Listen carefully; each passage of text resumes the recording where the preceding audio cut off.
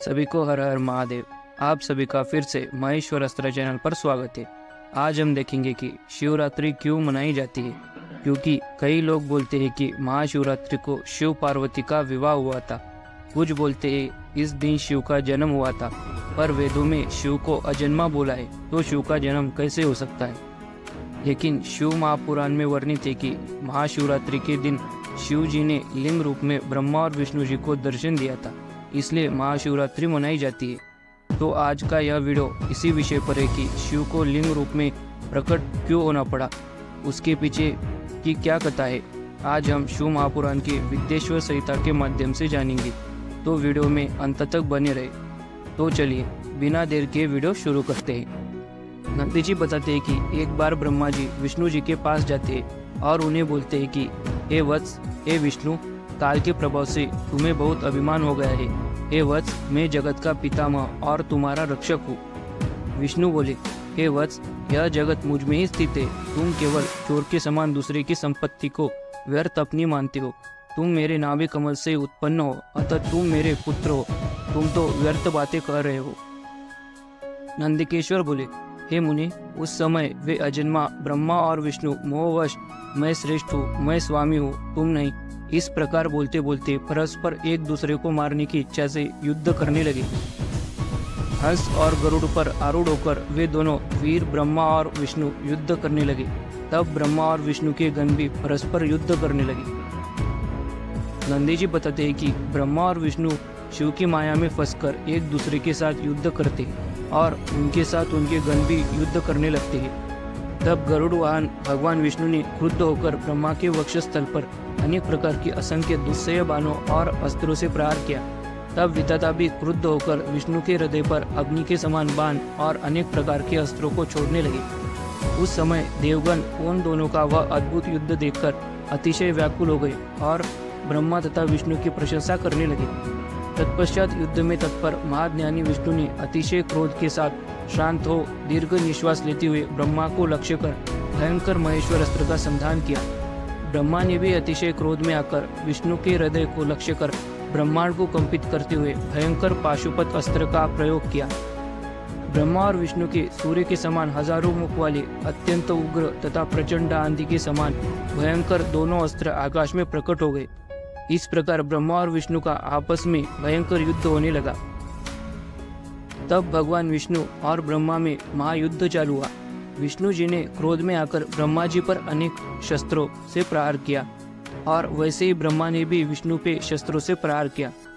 उन दोनों में युद्ध होता देख सभी देवता वहां युद्ध देखने चले हैं। तभी विष्णु जी ने महेश्वर अस्त्र का प्रयोग किया और ब्रह्मा जी ने भी महापाशुपतास्त्र का प्रयोग किया, और ये अस्त्र एक पल में संपूर्ण संसार को भस्म करने की शक्ति रखते थे। तभी निराकार भगवान शंकर इस अकाल प्रलय को आया देखकर एक भयंकर विशाल अग्निस्तंभ के रूप में उन दोनों के बीच प्रकट हो गए। संसार को नष्ट करने में सक्षम वे दोनों दिव्यास्त्र अपने तेज सहित उस महान अग्निस्तंभ के प्रकट होते ही तत्क्षण शांत हो गए। दिव्यास्त्र को शांत करने वाले इस आश्चर्यकारी तथा शुभ अग्निस्तंभ को देखकर सभी लोग परस्पर कहने लगे कि यह अद्भुत आकार वाला स्तंभ क्या है, यह दिव्य अग्निस्तंभ कैसे प्रकट हो गया, इसकी ऊंचाई की और इसकी जड़ की हम दोनों जांच करें। ऐसा एक साथ निश्चय करके वे दोनों अभिमानी वीर उसकी परीक्षा करने को तत्पर हो गए और शीघ्रता पूर्वक चल पड़े। हम दोनों के साथ रहने से यह कार्य संपन्न नहीं होगा, ऐसा कहकर विष्णु ने शुकर का रूप धारण किया और उसकी जड़ की खोज में चले गए। उसी प्रकार ब्रह्मा भी हंस का रूप धारण करके उसका आरंभ खोजने के लिए चल पड़े। पाताल लोक को खोदकर बहुत दूर तक जाने पर भी विष्णु को उस अग्नि के समान तेजस्वी स्तंभ का आधार नहीं दिखा। तब थक हार कर सकराकृति विष्णु रणभूमि में वापस आ गए। यहाँ बताया गया है कि शिवजी ब्रह्मा और विष्णु के बीच युद्ध होते देख रहे थे। तभी भगवान शिव ने प्रलय आते देखकर ब्रह्मा और विष्णु के बीच अग्निस्तंभ के रूप में प्रकट हो गए। उस अग्निस्तंभ को देखकर ब्रह्मा, विष्णु और सभी देवताओं के मन में सवाल आने लगे कि ये स्तंभ कहाँ से आया, ये स्तंभ क्या है, और किसी को उसका आदि और अंत भी दिखाई नहीं दे रहा था। तभी ब्रह्मा जी ने उस लिंग का आरंभ ढूंढने के लिए हंस का रूप धारण किया और विष्णु जी ने उस लिंग का अंत देखने के लिए वराह रूप धारण किया और उस अग्निस्तंभ का आदि और अंत देखने निकल पड़े। लेकिन विष्णु जी के बहुत ढूंढने पे भी उस दिव्य लिंग का अंत उन्हें नहीं मिल पाया। फिर नंदी जी सनत कुमार जी को बोलते हैं कि आकाश मार्ग से जाते हुए आपके पिता ब्रह्मा जी ने मार्ग में अद्भुत केतकी के पुष्प को गिरते देखा। ब्रह्मा जी ने उससे पूछा, हे पुष्पराज, तुम्हें किसने धारण कर रखा था और तुम क्यों गिर रहे हो? केतकी ने उत्तर दिया, इस पुरातन और अप्रमेय स्तंभ के बीच से मैं बहुत समय से गिर रहा हूँ, फिर भी इसके आदि को नहीं देख सका, अतः आप भी इस स्तंभ का आरंभ देखने की आशा छोड़ दी। तभी ब्रह्मा जी ने कहा, मैं तो हंस का रूप लेकर इसका आरंभ देखने के लिए यहाँ आया हूँ। अब हे मित्र, मेरा एक अभिलाषित काम तुम्हें करना पड़ेगा। विष्णु के पास मेरे साथ चलकर तुम्हें इतना कहना है कि ब्रह्मा ने इस स्तंभ का आदि देख लिया है। हे अच्युत, मैं इस बात का साक्षी हूँ कि किसे ऐसा कहकर ब्रह्मा ने उसे बारंबार प्रणाम किया। जब ब्रह्मा जी लिंग का आरंभ देखने के लिए ऊपर की ओर जा ही रहे थे कि उन्हें रास्ते में केतकी का पुष्प मिल गया। ब्रह्मा जी ने उस केतकी से पूछा कि इस अग्निस्तंभ का आरंभ कहाँ पे है? तो केतकी का पुष्प बोलता है कि इसका आरंभ कहाँ पे है मुझे भी नहीं पता, इसलिए आप भी इस लिंग का आरंभ ढूंढना छोड़ दीजिए। फिर भी ब्रह्मा जी उस केतकी की बात नहीं मानते और उस केतकी के पुष्प को विष्णु जी से झूठ बोलने के लिए कहते हैं और केतकी का पुष्प भी झूठ बोलने के लिए मान जाता है। फिर ब्रह्मा जी उस केतकी के पुष्प को लेकर युद्ध भूमि में आए। वहाँ अति परिश्रम से थके और स्तंभ का अंत न मिलने से उदास विष्णु को देखकर ब्रह्मा प्रसन्नता से नाच उठे और नपुंसक के समान पूर्ण बातें बनाकर अच्युत विष्णु से इस प्रकार कहने लगे, हे हरे, मैंने इस स्तंभ का अग्रभाग देख लिया है, इसका साक्षी यह केतकी पुष्प है। तब उस केतकी ने भी झूठी विष्णु के समक्ष कह दिया कि ब्रह्मा की बात यथार्थ है। विष्णु ने उस बात को सत्य मानकर ब्रह्मा को स्वयं प्रणाम किया और उनका षोडशोपचार पूजन किया। विष्णु जी को कुछ पता ही नहीं था कि ब्रह्मा जी झूठ बोल रहे, इसलिए उन्हें केतकी की और ब्रह्मा जी की बातों को सच मान लिया और फिर विष्णु जी ब्रह्मा की पूजा करने लगे। उसी समय कपटी ब्रह्मा को दंडित करने के लिए उस प्रज्वलित स्तंभ लिंग से महेश्वर प्रकट हो गए। तब परमेश्वर को प्रकट हुआ देखकर विष्णु उठ खड़े हुए और कांपते हाथों से उनका चरण पकड़ कर कहने लगे, हे करुणाकर, आदि और अंत से रहित शरीर वाले आप परमेश्वर के विषय में मैंने मोह बुद्धि से बहुत विचार किया, किंतु कामनाओं के उत्पन्न वह विचार सफल नहीं हुआ। अतः आप हम पर प्रसन्न हो, हमारे पापों को नष्ट करें और हमें क्षमा करें। यह सब आपकी लीला से ही हुआ है। ईश्वर बोले, हे वत्स, मैं तुम पर प्रसन्न हूँ, क्योंकि श्रेष्ठता की कामना होने पर भी तुमने सत्य वचन का पालन किया, इसलिए लोकों में तुम मेरे समान ही प्रतिष्ठा और सत्कार प्राप्त करोगे। हे हरे, अब से आपकी पृथक मूर्ति बनाकर पुण्य क्षेत्र में प्रतिष्ठित की जाएगी और उसका उत्सव पूर्वक पूजन होगा। इस प्रकार परमेश्वर ने विष्णु की सत्यनिष्ठा से प्रसन्न होकर देवताओं के सामने उन्हें अपनी समानता प्रदान की थी। ब्रह्मा जी के झूठ बोलने पर शिव क्रोधित होकर उस अग्नि स्तंभ से प्रकट हो गए। शिव जी को देखते ही विष्णु जी शिव की चरण पकड़कर उनकी स्तुति करने लगे। विष्णु जी ने सत्य बोला, इसलिए शिव बहुत प्रसन्न हो गए और विष्णु जी को वरदान दिया कि उनकी भी शिव जैसे मूर्ति स्थापित करके पूजा होगी और वो सारे जगत में प्रसिद्ध हो जाएंगे।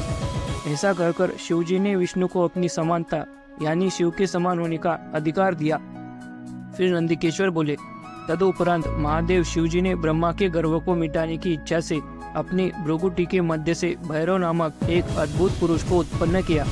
उस भैरव ने रणभूमि में अपने स्वामी शिव जी को प्रणाम करके पूछा कि हे प्रभु, आप शीघ्र आज्ञा दें, मैं आपका कौन सा कार्य करूं? शिव जी बोले, हे वत्स, ये जो ब्रह्मा है वे इस सृष्टि के आदि देवता है। तुम वेग पूर्वक तीक्ष्ण तलवार से इनकी पूजा करो, अर्थात इनका वध कर दो। तब भैरव एक हाथ से ब्रह्मा के केश पकड़कर असत्य भाषण करने वाले उनके उद्धत 5वें सिर को काटकर हाथों में तलवार भाजते हुए उन्हें मार डालने के लिए उद्धत हुए।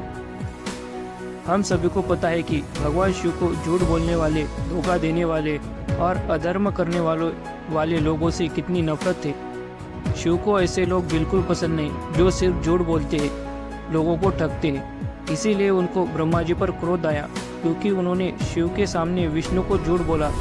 तभी शिव जी ने ब्रह्मा का वध करने के लिए काल भैरव को उत्पन्न किया और आदेश दिया कि ब्रह्मा का वध कर दे। शिव का ऐसा आदेश सुनकर भैरव जी ने ब्रह्मा का 5वां सिर काट दिया। ये सब देखकर अच्युत बोले, हे ईश, आपने ही पहले कृपा पूर्वक इन ब्रह्मा को पंचानन रूप प्रदान किया था, इसलिए ये आपके अनुग्रह करने योग्य है। इनका अपराध क्षमा करे और इन पर प्रसन्न हो। भगवान अच्युत के द्वारा इस प्रकार प्रार्थना किए जाने पर शिवजी ने प्रसन्न होकर देवताओं के सामने ही ब्रह्मा को दंडित करने से भैरव को रोक दिया। शिवजी ने एक सिर से विहीन कपटी ब्रह्मा से कहा, हे ब्रह्मा, तुम श्रेष्ठता पाने के चक्कर में छठे सत्व को प्राप्त हो गए हो, इसीलिए संसार में तुम्हारा सत्कार नहीं होगा और तुम्हारे मंदिर तथा पूजनोत्सव आदि नहीं होंगे।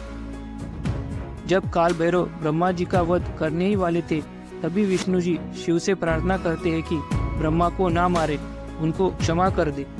विष्णु द्वारा प्रार्थना किए जाने पर शिव जी ने भैरव को रोका और ब्रह्मा जी से कहा कि उनकी जगत में कभी भी पूजा नहीं होगी, क्योंकि ब्रह्मा जी ने श्रेष्ठ होने के लिए झूठ बोला था।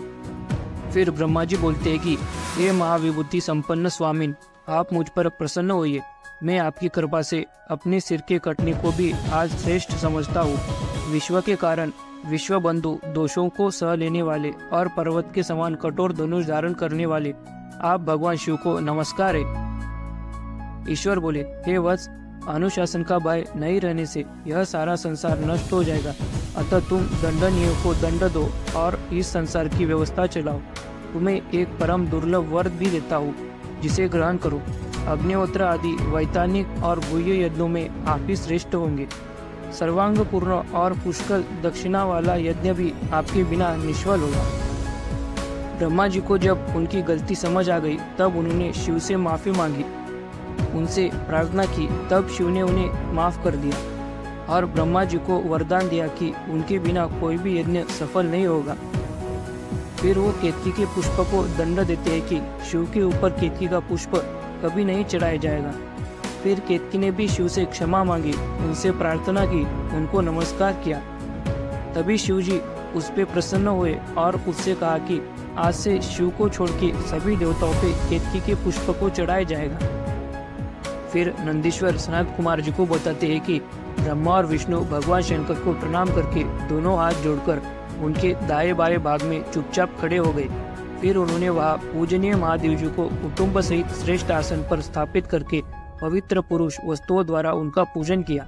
हार, नुपुर, केयूर, किरीट, मणिमय कुंडल, यज्ञोपवीत, उत्तरीय वस्त्र, पुष्पमाला, रेशमी वस्त्र, हार, मुद्रिका, पुष्प, तांबूल, कपूर, चंदन एवं अगुरु का अनुलेप, धूप, दीप, श्वेत छत्र, व्यंजन, ध्वजा, चौवर तथा अनन्य दिव्य उपहारों द्वारा उन दोनों ने अपने स्वामी महेश्वर का पूजन किया। ब्रह्मा और विष्णु जी ने शिव से क्षमा मांगी और उनकी विधि पूर्वक पूजा की और कहा जाता है कि ब्रह्मांड में सबसे पहले शिवलिंग की पूजा ब्रह्मा और विष्णु जी ने ही की थी। फिर शिव जी प्रसन्न मन से ब्रह्मा और विष्णु से कहते हैं, हे पुत्रों, आज का दिन महान है। इसमें तुम्हारे द्वारा जो आज मेरी पूजा हुई है, इससे मैं तुम लोगों पर बहुत प्रसन्न हूँ। इसी कारण यह दिन परम पवित्र और महान से महान होगा। आज की यह तिथि शिवरात्रि के नाम से विख्यात होकर मेरे लिए परम प्रिय होगी। इस समय जो मेरे लिंग, निष्कल अंग आकृति से रहित निराकार स्वरूप के प्रतीक और वीर सकल साकार रूप के प्रतीक विग्रह की पूजा करेगा, वह पुरुष जगत की सृष्टि और पालन आदि कार्य भी कर सकता है। ब्रह्मा और विष्णु जी की पूजा से प्रसन्न होकर शिव बोलते हैं कि जिस दिन ब्रह्मा और विष्णु ने शिव की पूजा की थी, उस महान दिन को शिवरात्रि के रूप में मनाया जाएगा और शिव को शिवरात्रि का दिन अत्यधिक प्रिय भी है। और जो व्यक्ति शिवरात्रि के दिन शिव की पूजा करता है, उसे तीनों लोकों को संभालने की शक्ति दे देते हैं। मतलब शिव की पूजा शिवरात्रि को की जाए तो शिव को वो व्यक्ति बहुत प्रिय हो जाता है। फिर शिव बोलते हैं कि जो शिवरात्रि को दिन रात निराहार एवं जितेंद्रिय रहकर अपनी शक्ति के अनुसार निष्कपट भाव से मेरी यथोचित पूजा करेगा, उसको मिलने वाले फल का वर्णन सुनो। 1 वर्ष तक निरंतर मेरी पूजा करने पर जो फल मिलता है, वह सारा फल केवल शिवरात्रि को मेरा पूजन करने से मनुष्य तत्काल प्राप्त कर लेता है। जैसे पूर्ण चंद्रमा का उदय समुद्र की वृद्धि का अवसर है, उसी प्रकार यह शिवरात्रि तिथि मेरे धर्म की वृद्धि का समय है। इस तिथि में मेरी स्थापना आदि का मंगलमय उत्सव होना चाहिए। अतः जो पुरुष मार्गशीर्ष मास में आद्रा नक्षत्र होने पर मुझ उमापति का दर्शन करता है अथवा मेरी मूर्ति या लिंग की झांकी का दर्शन करता है, वह मेरे लिए कार्तिकेय से भी अधिक प्रिय है। उस शुभ दिन मेरे दर्शन मात्र से पूरा फल प्राप्त होता है। यदि दर्शन के साथ साथ मेरा पूजन भी किया जाए तो उसका अधिक फल प्राप्त होता है, जिसका वाणी द्वारा वर्णन नहीं हो सकता।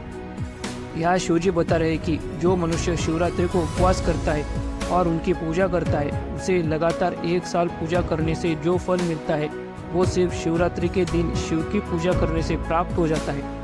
और जो उस दिन शिव का दर्शन करता है वो शिव को कार्तिकेय से यानी स्वयं के पुत्र से भी अधिक प्रिय हो जाता है। और शिवरात्रि के व्रत को करना बहुत आसान है। आपको सिर्फ 1 दिन का उपवास रखना होगा और शिव जी की पूजा करनी होगी। अगर आपसे हो पाए तो उस दिन शिवरात्रि की कथा सुननी चाहिए। अगर आप पढ़ना चाहे तो पढ़ भी सकते हैं। तो आज का यह वीडियो यहाँ समाप्त होता है। मुझे आशा है कि आपको ये वीडियो पसंद आई होगी। वीडियो अच्छी लगी हो तो इसे ज़्यादा से ज़्यादा शेयर करें और अभी तक चैनल को सब्सक्राइब नहीं किया तो चैनल को सब्सक्राइब भी कर दीजिए। हर हर महादेव, जय माता आदि पराशक्ति।